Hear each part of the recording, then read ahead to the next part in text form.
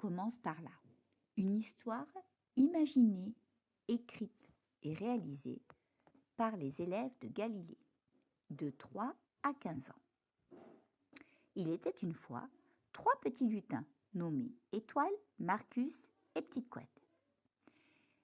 Ils étaient en train, avec le Père Noël, de se préparer à livrer les cadeaux pour la nuit du 24 décembre. La météo était capricieuse. Entre nuages gris et bourrasques de vent, le Père Noël était très soucieux. Dès le premier envol, un vent violent renverse le traîneau. Et voilà Étoile, Marcus, Petite Couette et le Père Noël au sol dans une forêt noire et inconnue. Et bien sûr, tous les cadeaux éparpillés par terre. « Boule de gomme !» dit le Père Noël. « Tous mes cadeaux sont au sol. Il va falloir les ramasser et rapidement. Et surtout, ne pas en oublier. » Les 3 lutins et le Père Noël se mettent à les ramasser. Soudain, un arbre avec un accent particulier s'adresse au Père Noël. « Bonjour, Monsieur Rouge. »« Bonjour, grand arbre. »« Puis-je vous aider à ramasser ces petites boîtes colorées ?»« Oh, très volontiers. Merci, monsieur l'arbre. »« À votre service. Appelez-moi Croquette. » Étoile, Marcus, Petite Couette, le Père Noël et Croquette se mettent à ramasser tous les cadeaux. Une fois terminé, le Père Noël dit « Oh, merci beaucoup, Croquette. Comment puis-je vous remercier? Puis-je vous offrir quelques cadeaux? J'en ai plein ma hotte. Ho, ho, ho !»« Oh, merci, Père Noël, c'est très gentil. Mais ce dont nous avons vraiment besoin, c'est de quelque chose pour combattre le méchant de la forêt. »« Oh, il y a un méchant dans cette forêt ?»« Hélas, oui, c'est affreux. L'affreux bonhomme Gloops, caché dans sa grotte, qui s'amuse à pétrifier nos arbres dans le but de récupérer toute leur énergie. »« Mais quelle horreur! Pourquoi fait-il cela? Que fait-il de toute cette énergie? » ?»« Il construit une machine dragon dans le but de détruire le monde des humains. »« Mais c'est affreux ce que vous me dites là, Croquette. Peut-on vous aider? » ?»« Oh oui! » »« Avec mes amis les lutins, nous allons vous aider. Êtes-vous d'accord? » ?»« Évidemment, Père Noël, on est tous d'accord pour vous aider. » »« Expliquez-nous toute cette histoire, Croquette. » »« Il y a très longtemps, Gloops a été rejeté par les humains car il adorait lire. »« Non, mais c'est incroyable ça. Mais qui peut être aussi bête que cela? C'est tellement bien de savoir lire. » »« Oui, vous avez bien raison, mais parfois il suffit d'1 ou 2 personnes pour faire terriblement mal. Alors Gloops s'est isolé dans sa grotte. Là, tout seul, il lisait en buvant du thé le matin au soir, avec son mammouth de compagnie, Pêche. Les personnes qui ne l'aimaient pas passaient chaque jour devant sa grotte pour se moquer de lui. Et chaque jour, il se sentait un peu plus rejeté. Maintenant qu'il est adulte, imaginez la taille de sa vengeance. Aujourd'hui, il a inventé une potion maléfique qu'il met dans sa machine dragon. Et c'est ainsi qu'il pétrifie les arbres et les humains qui passent près de lui ou qui vivent dans la forêt. »« Boule de gomme, ce n'est pas possible de vivre avec autant de rancœur. Les humains doivent s'excuser. Et Gloops doit arrêter de pétrifier tout le monde. » Au moment où le Père Noël termine sa phrase, une ribambelle de petits enfants arrive en courant.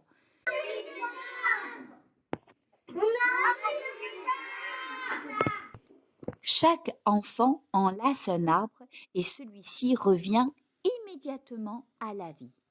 Que se passe-t-il? » »« Oh oui, ce sont les petits enfants de Galilée. Ils habitent au fond de notre forêt magique. Grâce à eux, à chaque récréation, tous les arbres pétrifiés sont dépétrifiés. »« Mais comme ils sont gentils, ces petits. Moi, je les connais bien, tous ces enfants. Je vais les voir tous les ans dans leur école avant ma grande tournée de Noël. »« Coucou, c'est le petit Agneau qui aime les chats. » »« C'est le petit Anthony qui aime bien grimper dans les arbres. » »« C'est la petite Ariel. C'est la petite petit Ariel qui aime jouer à Minecraft. Oh oh oh, c'est le petit Joshua qui aime jouer aux jeux vidéo. C'est le petit Ethan qui aime colorier. C'est le petit Camille qui aime bien dessiner. C'est la petite Stella qui aime bien aller dans les passages secrets. C'est le petit Robin qui adore dessiner. C'est le petit Ilian qui joue au foot et aux jeux vidéo. C'est le petit Livio qui aime bien les Porsche. C'est le petit Lenny qui aime les Pokémon. C'est le petit Sylvain qui aime bien jouer à vol au brainrot. C'est le petit Oscar qui aime faire du drone. C'est le petit Saidan qui a les meilleurs légendaires. C'est le petit Calvin qui adore les dinosaures hybrides. Bien, bien, je crois que maintenant je vais aller voir les professeurs. Et le voilà parti avec ses amis lutins. Bonjour, cher professeur. Bonjour, Hélène. Bonjour, Béatrice. Coucou, Danica. Salut, Christelle, Marion. Bonjour, la petite Marie-France. Bonjour, Myriam. Bonjour, Jeff. Salut, Sabine. Bonjour, Gilles. Bonjour, Michael. Bonjour, Lorena. Coucou, Benoît. Bonjour, Patricia. Je viens de discuter avec Croquette. Cette situation ne va pas du tout et ne peut certainement pas durer. Êtes-vous au courant? Tous les professeurs répondent oui en un seul cœur. Nous avons déjà essayé de l'approcher pour lui parler, mais sa machine dragon nous pétrifie instantanément. Je confirme, je me suis fait pétrifier juste en passant devant la grotte et en lui proposant de planter quelques fleurs, dit Benoît. Et moi, c'est en allant essayer de lui dire un poème en musique que je me suis retrouvé pétrifié. Heureusement que les enfants sont venus nous délivrer. À Noël dernier, j'ai voulu lui offrir le livre de Harry Potter et j'ai été pétrifiée avec mon cadeau dans les mains, grogne Myriam, déçue qu'il n'ait pas voulu son cadeau. Avec Béatrice, on lui a proposé de faire une bataille de boules de neige pour lui montrer qu'on voulait jouer avec lui. Et il nous a pétrifiés. Et comme c'était le week-end, on a dû attendre le retour des enfants le lundi pour pouvoir bouger à nouveau. Et on a eu bien froid. Lorena et moi avons fait la même chose. On lui a proposé de jouer au hockey sur glace et on a été bien glacés. Ah, ça c'est sûr. Et en plus, il riait en nous demandant si nous voulions pas jouer à l'eau glacée. Marie-France et moi, nous avons essayé de lui écrire une lettre. Puis, je la lui ai apportée. Et avant même que je la lui donne ou que je la lui récite, j'étais pétrifiée. Heureusement, Marie-France est allée vite chercher les collègues pour me dépétrifier. Sinon, le cours de théâtre, à l'eau. Je vois, mes enfants. Pardon, cher professeur, vous avez tout tenté. Oui, je crois que nous avons tout tenté pour essayer de lui parler et de comprendre, de l'aider, de dépasser sa peine face à la méchanceté de tous ceux qui sont vilains. Mais qui sont ces vilains? Ce sont 2 sbires envoyés par la sorcière de la Sainte-Baume, mais ils ont été attrapés par Gilles, qui a su leur expliquer que ce n'était vraiment pas gentil. Et ils sont même allés l'expliquer à la sorcière qui elle-même est devenue gentille. Bien, mais il n'empêche que ce petit gloup est toujours malheureux au fond de son cœur. Il faut vraiment que nous trouvions une solution. Moi je sais, bâton noir m'égale. Oh, mais non, Christelle, voyons, nous n'allons pas le pétrifier. Mais non, bien sûr. Enfin, un petit peu. C'est une façon de parler. On va les pétrifier ou pas les pétrifier? On va faire une petite potion magique, comme lui, qui va le pétrifier, mais pour pouvoir lui parler. Oh, boule de gomme, mais quelle est bonne cette idée! Je sais où trouver la formule. Elle est écrite dans le vieux grimoire des recettes de l'école. Je viens avec toi, Christelle. Je t'aiderai à le lire. Elle est dans une drôle de langue, mais heureusement, je la connais. Génial, crient tous les professeurs en chœur. Cher professeur, pendant que Christelle et Danica vont préparer la potion, allons tout expliquer aux enfants. Eux s'occuperont de protéger les arbres. Le lendemain, au moment où Gloops prépare sa machine dragon à pétrifier, tous les enfants sortent des classes pour protéger les arbres. Quant au professeur, Les voilà bien affairés à préparer du thé. Dans ce thé, ils ont prévu de mettre la potion pour que Gloops devienne gentil, ou plutôt qu'il soit pétrifié afin de pouvoir discuter avec lui et ainsi le convaincre de devenir gentil. Puis ils se rendent jusqu'à la montagne glacée et interdite de Gloops. Tous se cachent et la directrice avance jusqu'à la porte et frappe. Dès qu'il ouvre la porte, Gloops grogne. « Je n'accepte pas les humains !» Il vise la directrice, qui se tient courageusement devant lui et la pétrifie d'un jet de sa potion magique. Mais avant de claquer la porte, il ricane. « Maintenant qu'elle est en pierre, je vais boire tout son thé. » Il prend sa théière et boit une grande gorgée. Et là, soudain, il se fige à son tour, paralysé. Les autres professeurs s'étaient cachés derrière les rochers. Ils surgissent. « Alors, Gloops, que t'arrive-t-il? Tu me sembles bien en colère contre tout le monde. Peux-tu nous dire pourquoi? Nous sommes sûrs que tu es quelqu'un de génial, que nous serions vraiment heureux de découvrir. » Gloops est immobile. Ne pouvant rien faire ni pétrifier personne, il se résout à raconter son histoire. Il y a très longtemps, 2 enfants se sont moqués de moi, beaucoup et souvent. Tout ça parce que j'adore lire. Ils se moquaient de moi jour après jour. Alors, j'ai passé beaucoup de temps tout seul dans ma grotte, seul avec mon mammouth pêche. Aujourd'hui, je veux me venger de tout ce qu'on m'a fait et pétrifier tous les humains. J'ai le droit, non? Ton histoire est bien triste, mais tu n'as pas le droit de te venger. La vengeance n'est pas un droit. Tu sais, ceux qui sont venus t'embêter avaient été envoyés par la sorcière de la Sainte-Pomme. Ils n'avaient pas à faire cela. Oh, on comprend ta tristesse. Tu aurais dû aller le dire aux maîtresses. Elles auraient changé la situation. Les professeurs, tristes, hochent la tête.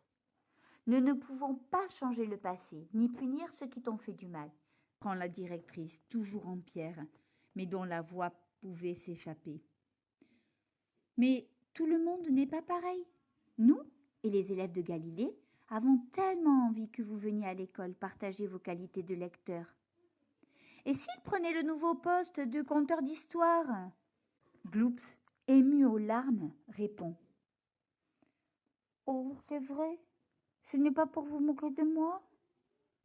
Mais bien sûr que c'est vrai, tout le monde est gentil à Galilée.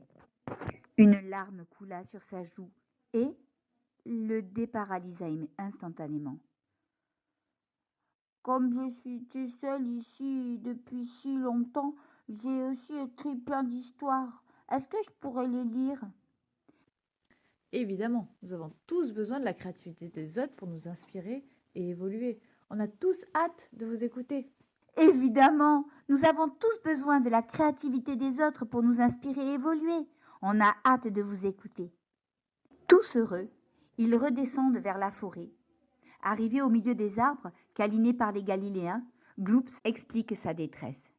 Arbres et enfants l'encerclent immédiatement. Plus jamais on ne se moquera de toi. Tu es notre ami maintenant et on te protégera toujours, promettent-ils tous en le serrant fort. Mais soudain, un grognement terrible touche la terre.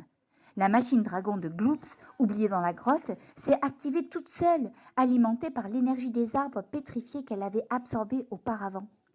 Elle surgit de la montagne, crachant des flammes de cristal. Je suis libre maintenant et je vais tout détruire. Oh non, c'est moi qui l'ai créée dans ma colère. Elle a pris vie grâce à ma potion magique. Les enfants hurlent de peur, tandis que les arbres tremblent. La directrice, libérée par un câlin, attrape la théière vide. Il reste encore un peu de potion dedans. Et si on... Mais pas le temps de finir. La machine dragon a pétrifié tout le monde. Le Père Noël, les arbres, les professeurs et les enfants. Enfin, tout le monde? Mais non, bien sûr. Étoile, Marcus et Petite Couette s'étaient bien cachés en voyant la machine dragon arriver. Ils sortent alors de la cachette et réfléchissent. Si nous allions contacter les parents, Toddy. Aussitôt fait, les parents arrivent instantanément. Voyant la situation, ils cherchent dans le grimoire une nouvelle potion. Après de longues heures de recherche, ils trouvent une recette magique de pluie dépétrifiante. Tous au fourneau, ils la préparent. Après 1 heure d'attente, soudain, le contenu de la marmite commence à bouillir. Puis de minuscules gouttes s'envolent, suivies par un arc-en-ciel de couleurs. Toutes les gouttes colorées retombent sur le Père Noël, les arbres, les professeurs et les enfants. Tous se dépétrifient instantanément. Puis, les gouttelettes poursuivent leur chemin et se mettent à pleuvoir sur la machine dragon.